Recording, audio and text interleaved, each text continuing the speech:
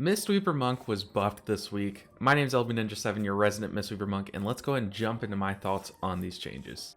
So I'm going to go one by one on the changes and I'll work my way up. I think they kind of get juicier as they go up, except for the Cocoon one. I wish that I could do that one last, but let's go ahead and start with the Enveloping Breath nerf. So Enveloping Breath's healing was decreased by 12%.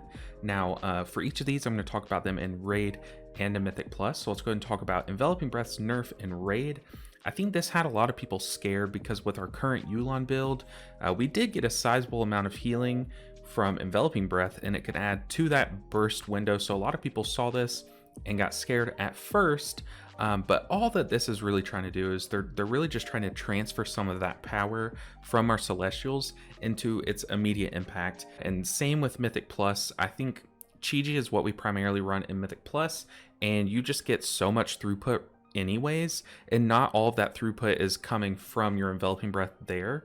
So in Mythic Plus, this was kind of, people weren't really afraid of this nerf because Enveloping Breath doesn't really, it's not what the power of Chi-Ji is. The power is from those mastery procs and just from the throughput that you get regardless of this Enveloping Breath. Now, what that power was transferred into was doubling the size of your Cocoon absorb shields. Now, I'll be honest, I saw this and I saw it in a bunch of clickbaity videos like buffed by 100%. I'm sure you guys saw those last week popping up left and right, but I saw it and I thought, oh, this is going to be good.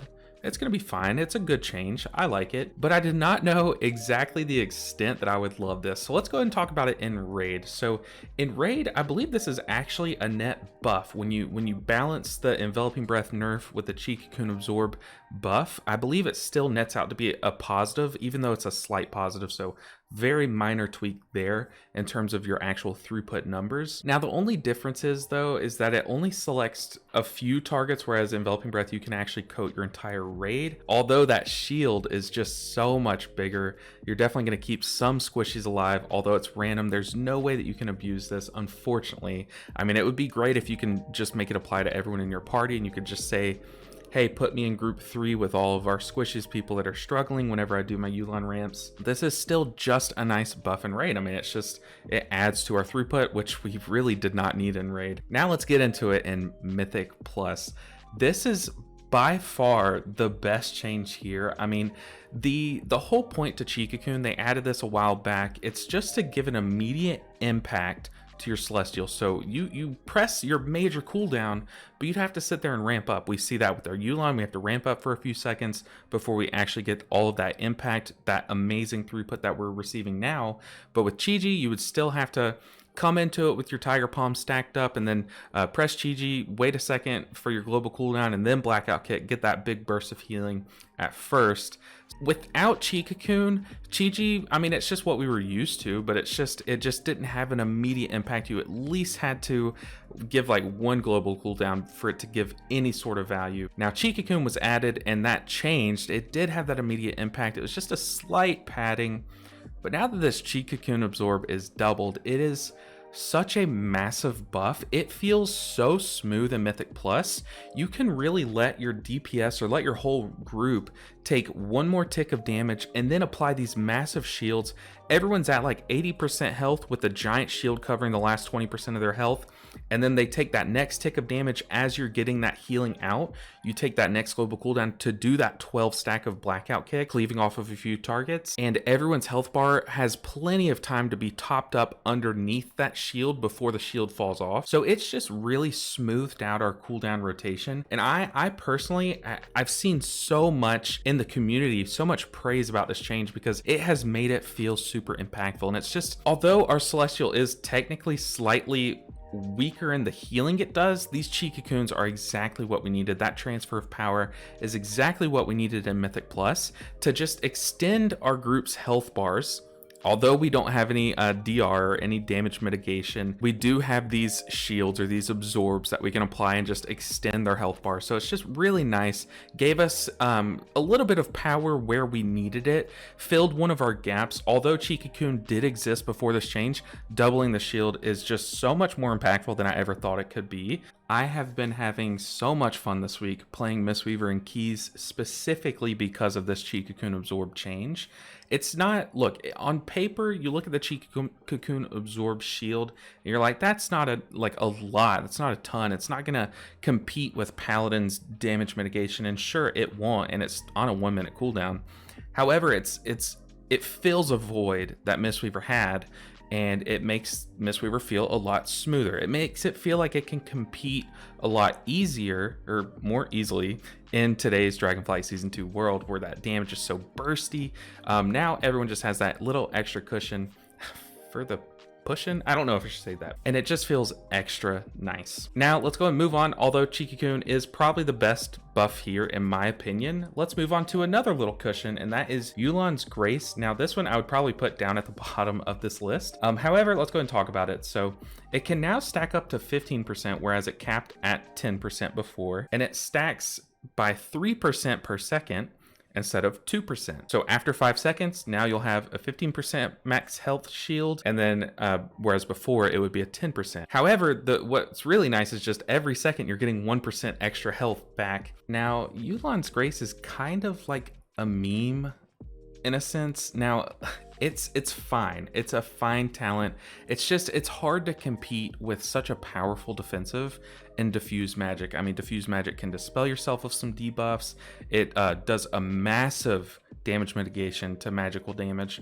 The only issue with diffuse magic is it doesn't apply any effect to physical damage. And before you kind of learn in a dungeon what damage is physical or magical, it's hard to justify taking diffuse magic, especially to newer players. So there were a lot of newer Mistweaver monks who would either take diffuse magic and then just not use it at the correct times, or they would just opt for Yulon's Grace, and that would be totally fine.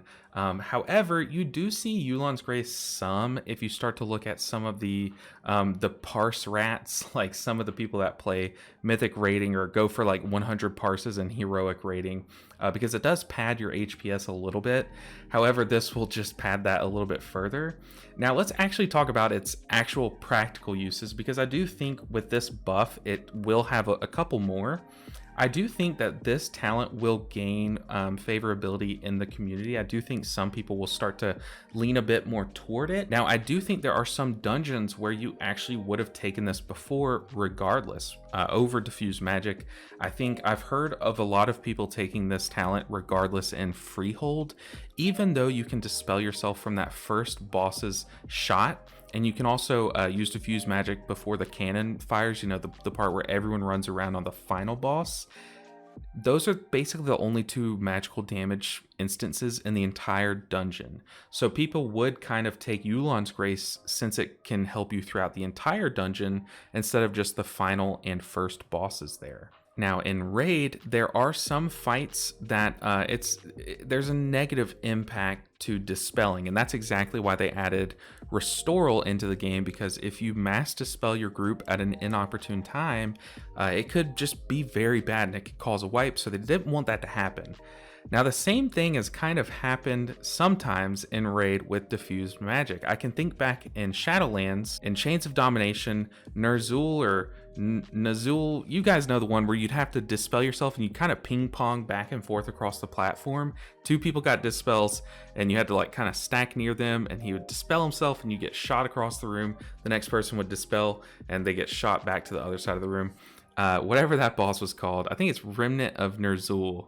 That sounds right. We'll go with it. But I remember when we were progging that boss, our Windwalker monk pressed diffuse magic once on like one of our best pools, right as they got that dot applied to them, and they dispelled themselves and we all got shot off the platform, and it was just like so unfortunate. But so there are fights like that. And then now this tier, to make it more I guess relevant today, there is experiments where if you get that dot on you, you can let it stack up a bit. It doesn't do a lot of damage at the first couple of stacks, but it can start to amp up a bit. However, if you diffuse magic yourself, if you revival, do one of those kinds of spells, you'll dispel yourself and it'll just reapply to someone else. And sometimes that's bad because it can leave that effect around and it could apply to more people. So it's just nice to have more control over it. So it is always nice to have a worthwhile talent node choice alongside a talent like Diffuse Magic. So giving these buffs, it's honestly very welcome, very good. I think it's great for Mistweaver monks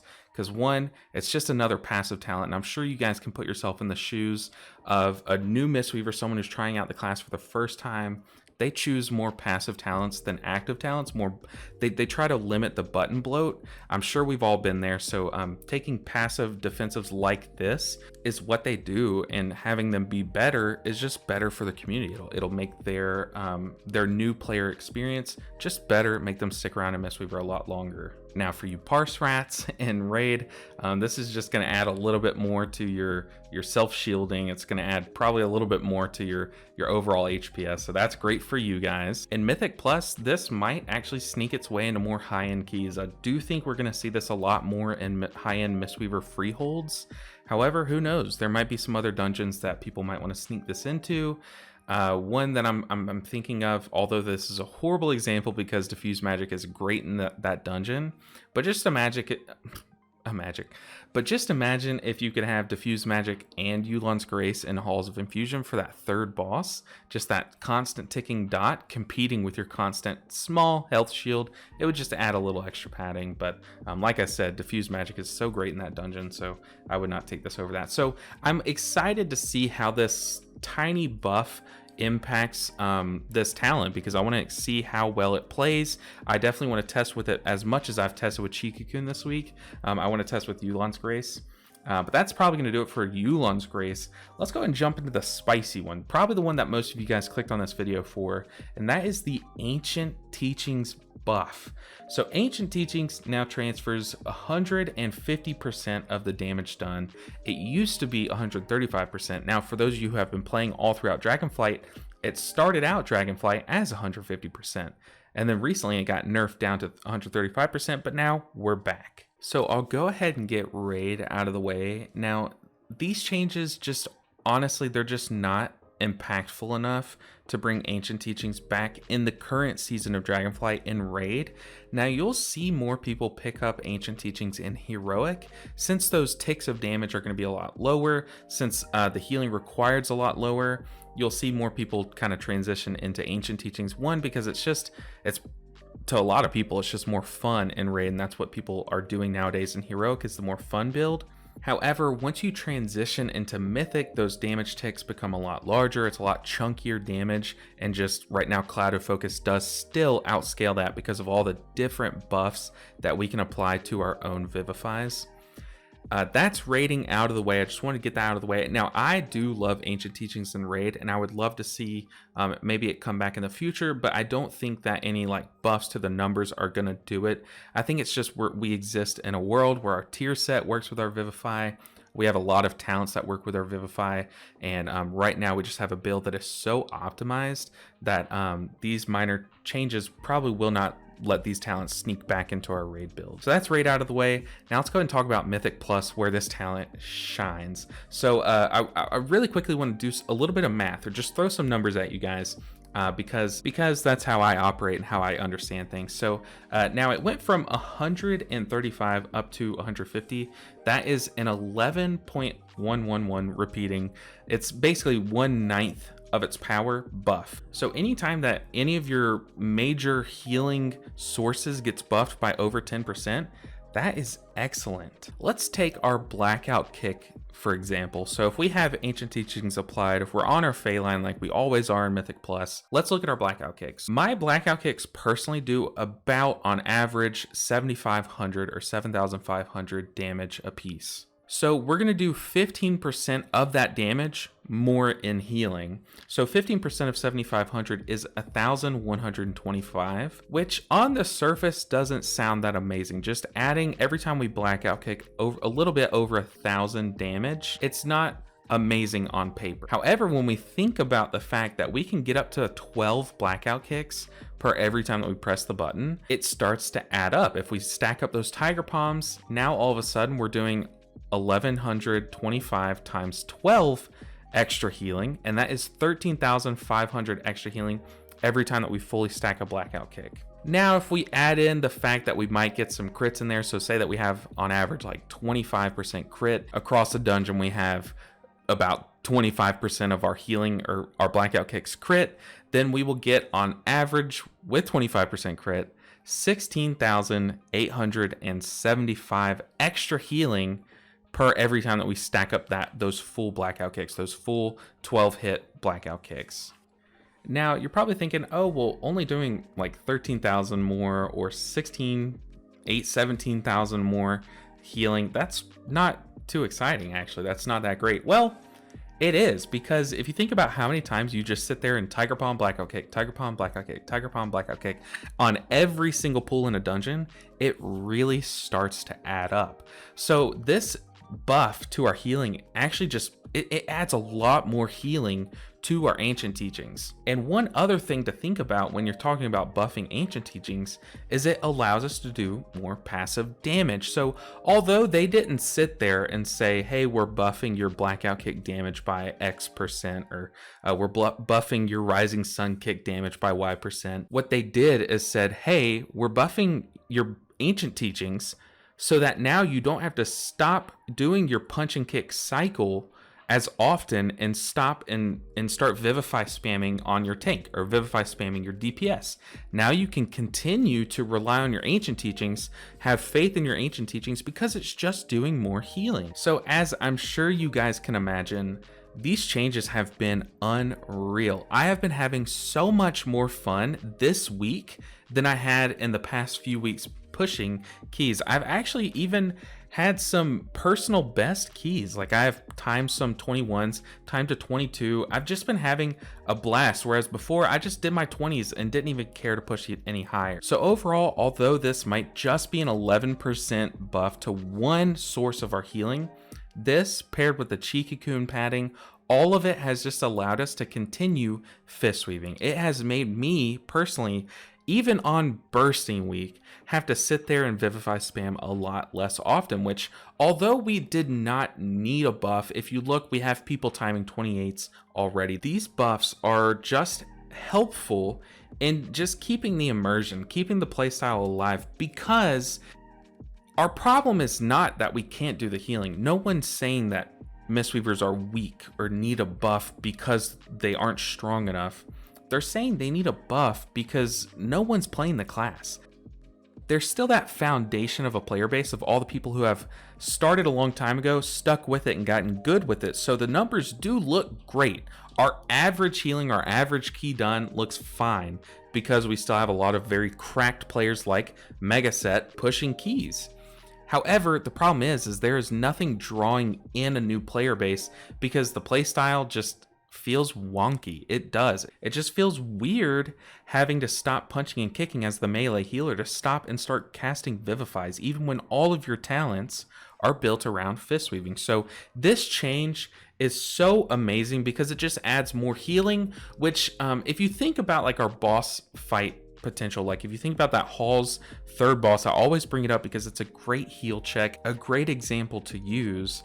We would just struggle against that boss if you weren't optimizing your cooldowns perfectly, which hopefully by now you can optimize rotating your cooldowns perfectly. But if you think about doing the healing outside of the cooldowns, we would struggle to keep up outside of our cooldowns. So while Chi-Ji was on cooldown and while Shaylun's Gifters was still stacking up, Revival was off cooldown, we would struggle a lot with the dot, and sometimes you'd have to fire off your Shayluns a little bit early, maybe like 7 or 8 stacks.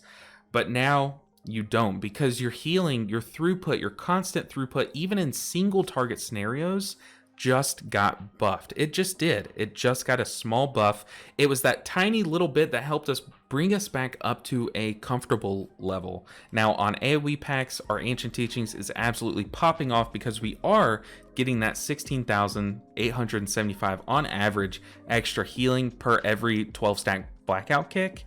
However, our single target healing, our single target damage even, has just felt a lot lackluster. It really has. Our Rising Sun Kick's not packing the same punch.